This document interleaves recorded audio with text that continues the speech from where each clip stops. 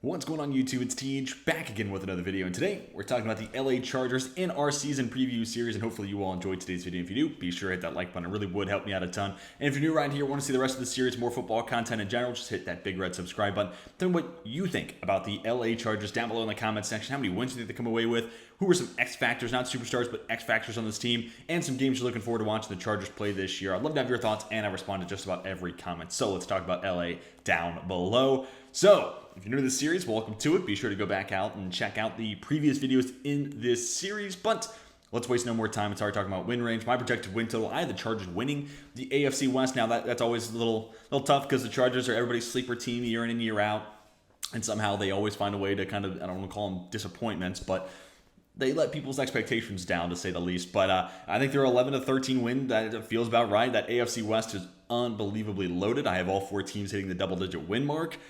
I think it's just that good of a division, and the Chargers have made huge investments, and 12-5 certainly feels like they're in play. Now, it's going to be razor close between them, the Broncos, even the Raiders, and of course the Chiefs for who comes away with that division title, and then who's fighting for wild card spots. So every game's going to matter. We'll kind of hit on that once we get to the games to watch, but kind of go position by position group and kind of give you a feel for where I stand on this roster. Justin Herbert, superstar in the making. I mean, I don't need to say much. That kid can do everything, and he's so good so soon. For such a toolsy guy, it's kind of remarkable that he hit the ground running.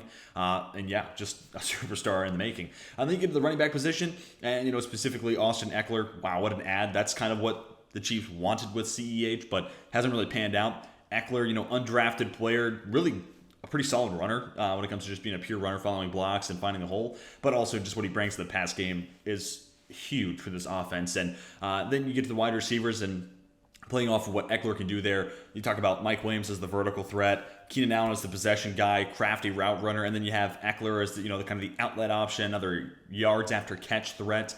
Really nice trio to work with, but you also have Josh Palmer going into another year, young player. Liked him a lot coming out of Tennessee. I kind of called him, poor man's Ja'Marr Chase, just because he kind of does a lot of what Ja'Marr Chase does, just maybe a half step or realistically a full step worse or full letter grade below Ja'Marr Chase, but still some potential to tap in there. And also Jalen Guyton has had some big plays. Like every catch he makes is like this highlight reel type of play, but has that good downfield speed. And that's kind of the last thing this team's looking for is a speed threat, speed element. I'd still love for them to go sign a Will Fuller. At the time of this recording, that has not happened, but if it does, I will be over the moon. Just know that. And then Gerald Everett, solid tight end. He had some lumps last year with the Seahawks, but that was a pretty bad team. So I'm hoping in a playoff caliber environment that you kind of get the best of Gerald Everett and adds one more wrinkle in the offense. I've never been a huge Jared Cook guy, especially later in his career. It just kind of feels like a name you recognize, so it's like, oh, you can't be that bad, but he really isn't anything to write home about. I think you can get a little bit more out of Gerald Everett. Also, just a better athlete, so you can do a little bit more with him.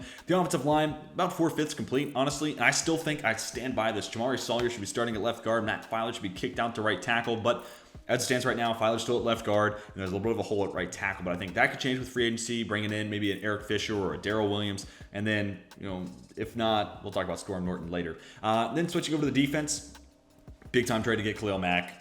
Edge rush duo of him and Joey Bosa. That's a big time yup from me. And then you get to the interior of the defensive line. Jerry Tillery's been a disappointment, so you bring in Austin Johnson and Sebastian Joseph Day, we'll talk about later on. They just need some beef, some bulk there in the middle, especially as a team that's going to invite the run. A lot of too high looks. They're keeping safeties deep. Teams are going to try to take advantage of that. And the Chargers, had games last year where they were giving up, 5, 6, 7 yards a carry. And once you get to that point, specifically that 7 yards a carry mark, that's about what average yards per completion is at. So once you make the run game as efficient as passing, you got a little bit of a wee-woo there on your hands. So the addition of Joseph Day and Johnson figure to help there. And then you get to the linebacking group. We'll talk about Drew Tranquill later. Definitely a position they could get better. So keep them in mind for Roquan Smith. Potentially, if this team really wants to go all in, and maybe it's not a first-round pick to get Roquan Smith. Depends on the asking price, of course. But could be an area where they get it better. But look at the Rams last year. If you're gonna have a weak spot, linebacker's a pretty okay spot to maybe patchwork and used as a band-aid of sorts. And then you get to the secondary end, dude. Playmakers left, right, and center. Nasir Adderley may not be anything crazy, but him and Derwin James, because of how good Derwin is, that's a pretty decent duo. But specifically Derwin and going back to the linebacking hole, I'm really fascinated to see how often he's playing that dime backer spot and just rotating down. Now, when you do that, though, you're leaving Nasir Adderley and then a couple question marks at the other safeties they have on the roster. back deep, so I could see the hesitation to want to use Derwin James as a linebacker, but totally has that potential. And he's also a guy who, if he wanted to move out to corner, I think he could stick, and not even just like in a zone scheme. I totally see the man-to-man coverage ability. He had that at Florida State. So guy who's just a true queen on a chessboard. You can do just about anything you want with him. And then you talk about signing a J.C. Jackson, a playmaker like Asante Samuel Jr. You got in the second round last year. Very much plays like his father. And those are just two guys who, J.C. Jackson has more natural coverage abilities. Pretty close to being a shutdown option considering what he does as a playmaker and a turnover creator. But those two guys, when it comes to jumping passes, getting their hands on footballs, and generating those turnovers, those two have an enormous potential. And I think that's kind of the MO for this Chargers defense, where even if they do give up good chunks of yardage, specifically on the ground, it's like, hey, if we're generating turnovers, we can live with whatever because we just want to have the ball back in the hands of Justin Herbert. I think that's kind of the focus. Hey, let's go get a playmaker like J.C. Jackson. Year 2 of Asante Samuel. You also have Michael Davis, who's dependable enough.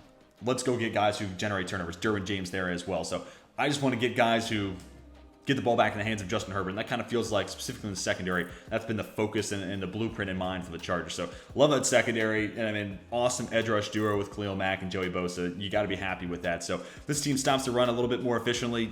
They're well on their way to becoming, a top tier type of defense. Moving on, realistic and reach goal are what they sound like. So realistic goal, of course, make the playoffs. This team was, a field goal away from Daniel Carlson last year, and maybe taking a knee or so, letting the tie put both teams into the playoffs last year. Ultimately decided to play it competitive, which, as a fan of the sport, I can respect. So missed the playoffs last year at 9-8. Totally. If they don't make the playoffs this year, then as much as I like Brandon Staley, there's going to be some people coming for his job. But make the playoffs should totally be within the realm of possibility, even with a loaded division like the AFC West. Reach goal. How about be a top 10 offense and defense? I just laid out like how good and how much talent they have on both sides of the ball. It'll take some, growth from the defense stopping the run, and Brandon Staley being a little bit more keen to just stopping the run, maybe is the way to put it, but a little more willing to maybe put emphasis on stopping the run, because I think the secondary will hold up in its own in pass protection, in pass coverage. And then the offense, too. Like, this will take Joe Lombardi being a better offense coordinator and Justin Herbert being willing to push the ball a little bit more down the field. But when you just look at the talent on both sides, there's no reason to think the Chargers can't be a top 10 offense and a top 10 defense. And, of course, I say this seemingly too much, which blows my mind. But there's a couple handfuls. Maybe this year there's like a little bit more than 2 handfuls worth of teams that wouldn't surprise me if they won the Super Bowl, and the Chargers are totally one of them. So that should absolutely be their reach goal. So X factors, Storm Norton, and it could be Trey Pipkins, depending on who you think is going to win that right tackle job. But that's the one component missing from that O-line, and that's what makes it really interesting, considering how much emphasis, not this past offseason, but the offseason prior, you go out and you sign a Corey Linsley, you draft a Rashawn Slater in the first round, you also bring in a Matt Filer. There was so much put in as a priority of fixing that offensive line to leave it 4/5 away complete. A little bewildering. It's like, let's just go ahead and fix that last spot. But like I said, Darrell Williams, Eric Fisher could totally be in play. So Storm Norton doesn't have to see the field because he was maybe the worst tackle in football last year, as somebody who was pretty consistently getting playing time. Then Sebastian Joseph Day, we already hit on this a little bit earlier. They just need somebody to be able to plug the middle. And Sebastian Joseph Day and Austin Johnson actually, mid-60s or lower when it comes to run defense grade. So moving over and getting back into a Brandon Staley defense, Sebastian Joseph Day obviously has some familiarity with that with his time with the Rams. Hopefully, if you're a Chargers fan, that's all you need. But it might take a little bit more when it comes to stopping the middle. But realistically, this kind of goes in tandem with Drew Tranquill, who's the next guy we'll talk about. But if Sebastian Joseph Day, Austin Johnson, whoever it is in the middle, can plug it up and keep Drew Tranquill clean as a linebacker, that adds so much coverage ability, because Drew Tranquill, you look at, again, leaning on Pro Football Focus grades here, much more of a coverage linebacker than, an old school thumper and a run stopper. So if Sebastian Joseph Day and Austin Johnson keep Drew Tranquill clean, then you're talking about him focusing on the pass game. And, especially in these, cover 4 heavy schemes like a Brandon Staley, it's what he ran a ton of with the Rams, and more so even with the Chargers.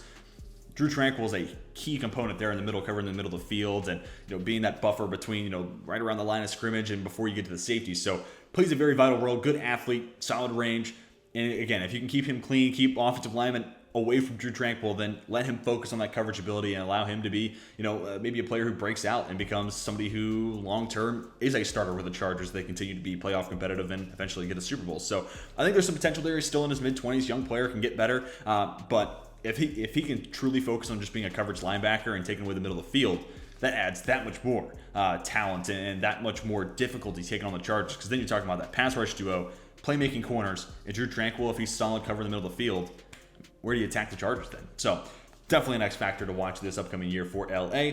Games to watch, these are all kind of back half the schedule, so I do apologize for that, but I don't include division games in here, and they have a handful at the beginning of the year, and then a couple of, snooze fest type of matchups. So it's very back half the schedule heavy, but the San Francisco 49ers, and kind of like what I talked about in my last video with the Chiefs, I just have got to see how this run, matchup plays out. Do the Chargers have an answer? Now, granted, we're talking about Sebastian Joseph Day, Austin Johnson, that's plugging up the middle, and San Francisco is that wide zone scheme. They're trying to get advantages and running towards the sideline. So it's not necessarily as much of a, hey, Sebastian Joseph Day is going to have to be a big impact. He can be. This is also kind of where Khalil Mack comes into play, setting the edge, making it that much harder for, Elijah Mitchell to get out to the outside. So run defense for the Chargers versus that running attack for the 49ers, which is as potent as it gets in the league. That's must-see TV for me. And then Week 14 against the Dolphins. This is just Mike Williams, Keenan Allen versus Xavier Howard and Byron Jones. Need I say more? I mean, that's as good a wide receiver duo, or one of the better wide receiver duos against maybe the best quarterback duo in football. So that's really compelling. But also, J.C. Jackson used to play in the AFC East against Tyreek Hill. That's an awesome matchup. And Tua versus that Chargers defense, and if the Chargers are going to continue to invite the run, just like we talked about with Kyle Shanahan and that rushing attack, Mike McDaniel, a disciple of Kyle Shanahan, there could be some avenues for which the Dolphins to have a sneaky upset here. I think if you would look at these two teams and their roster on paper, you'd say, yeah, the Chargers are better.